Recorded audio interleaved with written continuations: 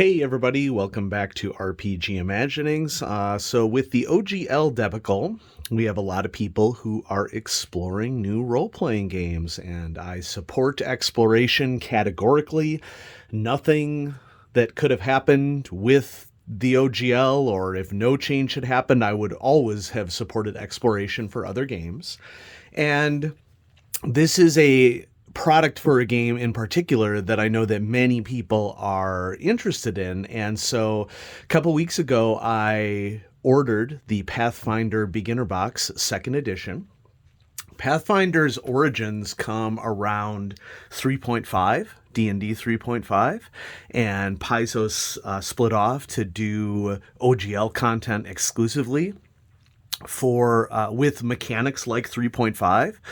But there are a lot of mechanical changes that happen in Pathfinder 2nd Edition that I think many gamers are going to prefer to any iteration of D&D. I'm also doing this video because the Pathfinder Beginner Box, not only do people have an interest in it, but it also happens to be a really good value, especially for people who are new to the hobby and are interested in just straight up exploration. Now, speaking of value, this box retails at $40, which is on the moderate side, I would say, for a starter set for role-playing games. And role-playing game starter sets can have a huge variance in their price. They range anywhere from $20 for D&D 5e, probably less than that, depending upon how you get it. Of course, there's a new starter set that was released for D&D 5e recently, all the way up to something like $70 for the Mongoose Traveler starter set. And so at $40, the Pathfinder Beginner Box is definitely at the moderate range. And for that price, this is a really good entry point for people who are new to role-playing games. And depending upon what particular kit you value, it may also be useful for a veteran. And so let's go ahead and dive right in and see what is inside the Pathfinder Beginner Box. Now, one little caveat that I got to give to this video is that Paizo is currently sold out of most of their product in the wake of what happened with the OGL in January and their announcement that they were developing their own OGL moving forward. So it's important to keep in mind that, I don't feel good about the fact that what you're going to see inside this box may be difficult for you to obtain, but certainly Paizo is already working on getting product back in stock. And so, the sharks are going to be out right now. I would wait if you can and maybe get some components on PDF. I mean, it'll depend upon what your needs are and everything. So let's just go ahead and dive right in. You're going to see that we have a whole bunch of plastic bases here. And I really appreciate that there is a little bit of variance within these plastic bases. You can see they have one of the small bases in green and one of the large bases. And this is something that I think that Paizo does particularly well in the role-playing game industry, and that is cardboard pawns. So obviously you have a lot of options for tracking stuff tactically on a map in a role-playing game. And a role-playing game like Pathfinder is designed to be tactically tracked on a map. And I think that cardboard pawns are a really good combination between the oversimplicity of a token all the way up to a complexity of a miniature. And people will disagree with that, and that's perfectly fine. But I just want to point out, I like that Paizo has gone sort of the midway route with this because it has allowed them to include functional components like pawns in their products, whereas including minis in most boxes for role-playing games isn't really cost-effective. You get a fun little rainbow array of dice, and this is a standard array of dice. So you have a D4, a D6, a D8, a D10, a D12, and a 20-sided dice. So if you've been itching for a set of rainbow dice and you're a veteran player, this might increase the value of the beginner box for you. So there we go. Next, here's the components sheet that says everything that is in the box. And it comes with a detailed map, which we'll check out here in a little bit. And that's something that I'm really excited to share with all of you, because that is an example of a component that if you are a intermediate or a hardcore role player, the map might have added value for you. So just something to keep in mind. This is a great idea, and this is part of what makes this particular set really good for new gamers. And that is that this comes with a set of laminated player reference cards, and you get 6 of them. So you can get a full table rocking with these reference cards. And it's pretty basic as reference cards go, but at the same time, this is really nice because it helps to illustrate how the Pathfinder D20 system for 2nd edition has been updated in many respects compared to D&D 3.0. Okay, and so we have a wide variety of different moves here of what you can do on your turn. One thing you'll note right off the bat is that Pathfinder is a 3-action system, and I do think that it's pretty elegant. And so we'll get more into that in a little bit. And then there's an explanation on the back of all of the conditions. So as a basic player reference card, these are really nice to have and really great for teaching people what's going on with the game. If I were to teach Pathfinder, I might work out a thing with a friendly local game store where, like we charge like a $3 entry fee or something. And, I something like that, but these are really good kit to hand out for just teaching players the game. Okay. Next up, Hero's Handbook. Pathfinder is doing what a lot of role-playing games will not do in their beginner boxes, which is giving away character creation mechanics in it. And if I recall correctly, the updated starter set for D&D does allow you to level up your characters, but remember that this beginner box came out in 2019.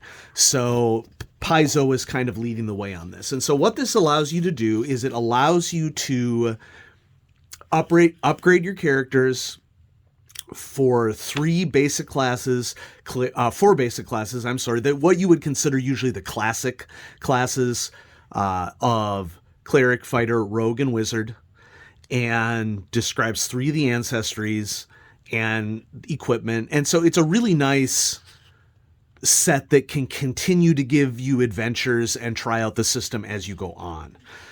Now, I also want to point out, we're going to go ahead and turn to page 60 here, because for many of you, it is worth checking out how the mechanics, actually, we're going to go before that, because if we look at the skills section here, this table is a really good illustration of how Paizo has really tried to adapt Pathfinder 2nd edition mechanics to a more adaptable and full-featured set of choices for fantasy gamers.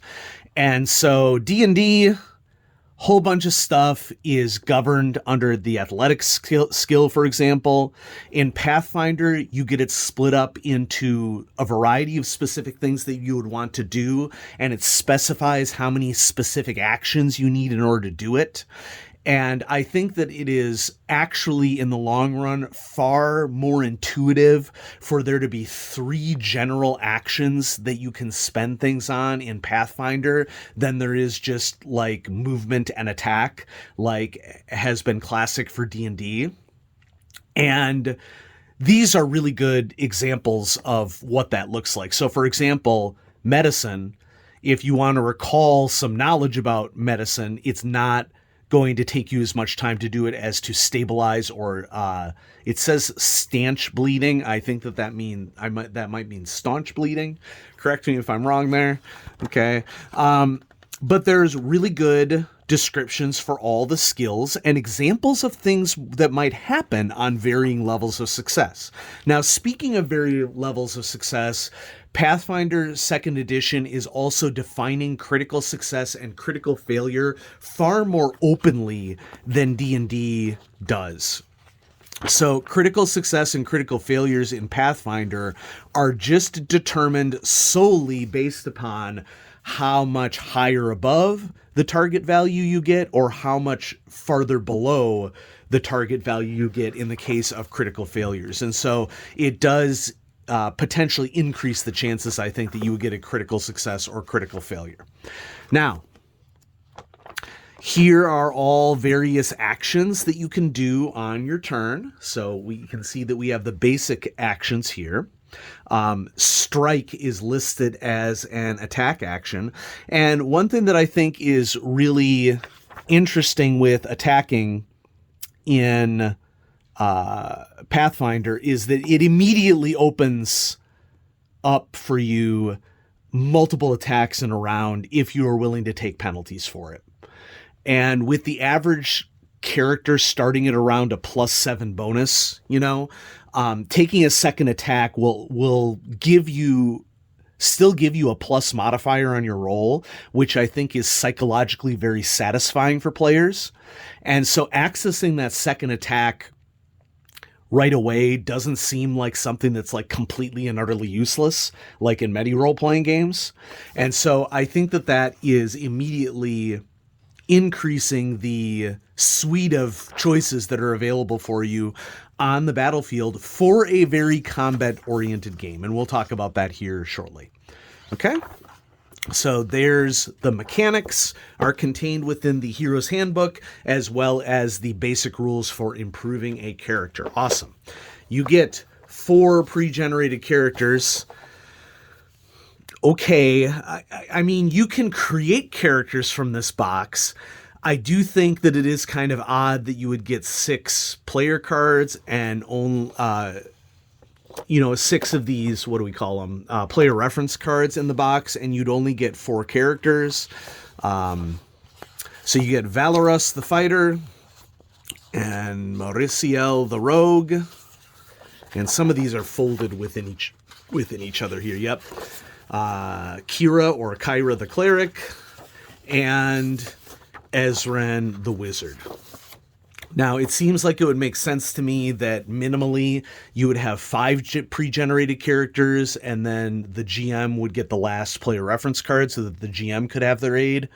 But, they elected instead to go for full color extra character sheets, which, maybe that argues for you building characters right out of the box.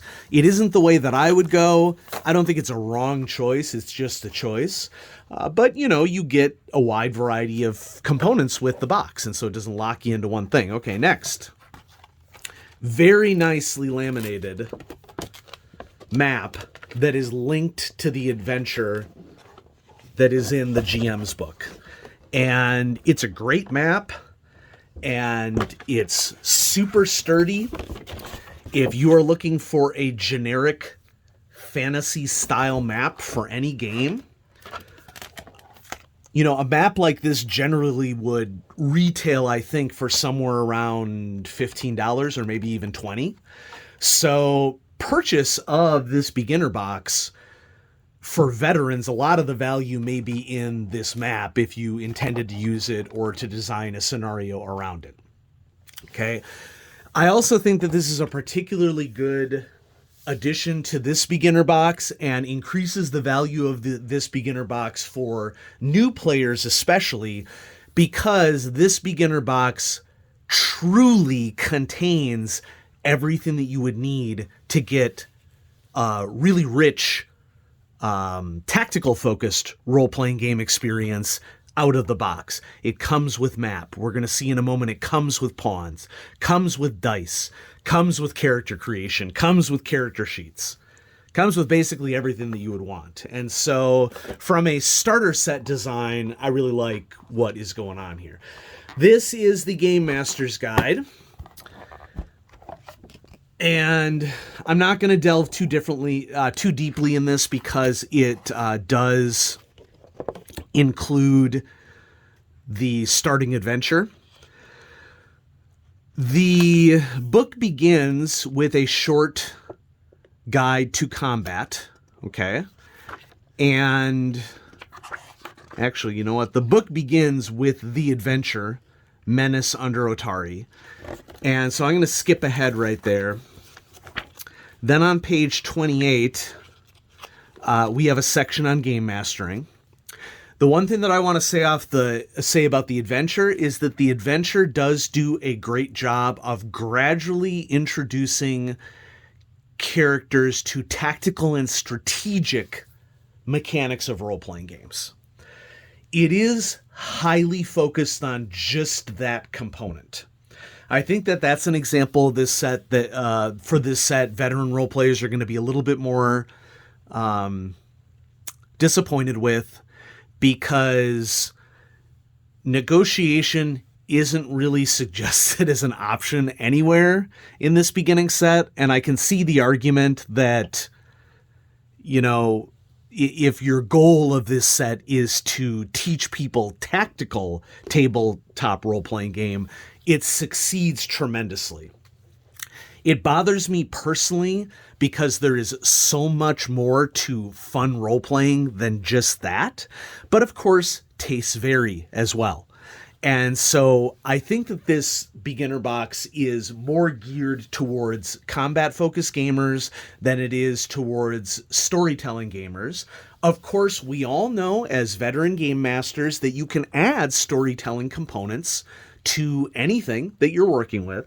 Just keep that in mind, that if you hand this to someone with the intention of them learning role-playing, they're really only going to be learning the tactical dimensions of combat in role-playing while doing this.